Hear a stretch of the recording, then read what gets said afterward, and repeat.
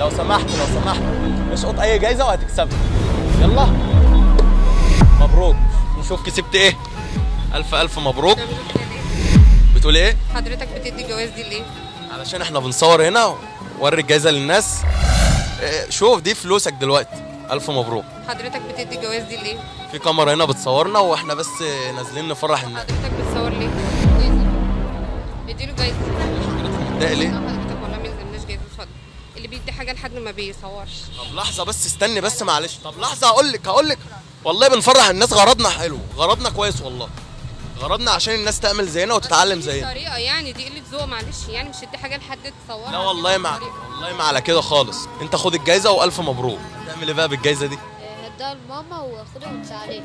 اول حياتي ياما اتنادت بيكي، شلتني بايديكي ولما قلت شلتني بعينيكي وكبرتي ياما وانتي شايلاني، حتى في نهايتي ياما مش مفرقاني، يوم القيامة اتنادت بيكي. انت صوتك حلو. وانت عارفنا اصلا ولا ايه؟ انت بتشتغلني؟ هو انا اصلا عارفك ومتابعك. ما تقول لها من الاول يا عم، سبتها تعصب علينا ليه كده؟ معلش بقى انا اسفه، بس اصل انا عصبيه شويه انت موهبه جميله وتستاهل التشجيع وتستاهل بص كل حاجه حلوه. يعني انا كنت جاي افرحك، انت اللي فرحتني وفرحت الناس كلها. اسمك ايه طيب؟ اياد ايمن. طب يا اياد، احنا اصلا برنامج اكتشاف مواهب، عاوزين نختم الحلقه بحاجه تكون كويسه وتكون محترمه.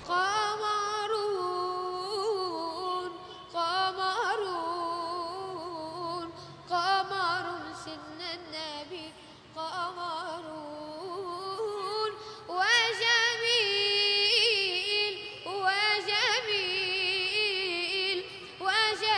سيدنا النبي وجميل، وكف المصطفى كالورد ينادي الله الله، وعطره يبقي إذا مست أيادي الله الله، وكف المصطفى كالورد ينادي الله الله، وعطره يبقي إذا مست أيادي الله الله، وعم نوالها كل العباد، وعم نوالها كل العباد، يا حبيب الله يا خير الأرام. قمر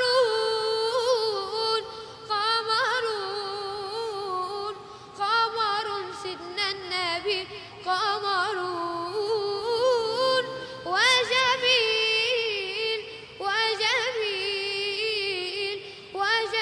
سيدنا النبي وجميل.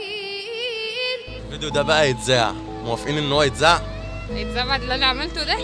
معلش انا اسف. معلش. هو غنى لك قدام الناس كلها يعني. خلاص ماشي.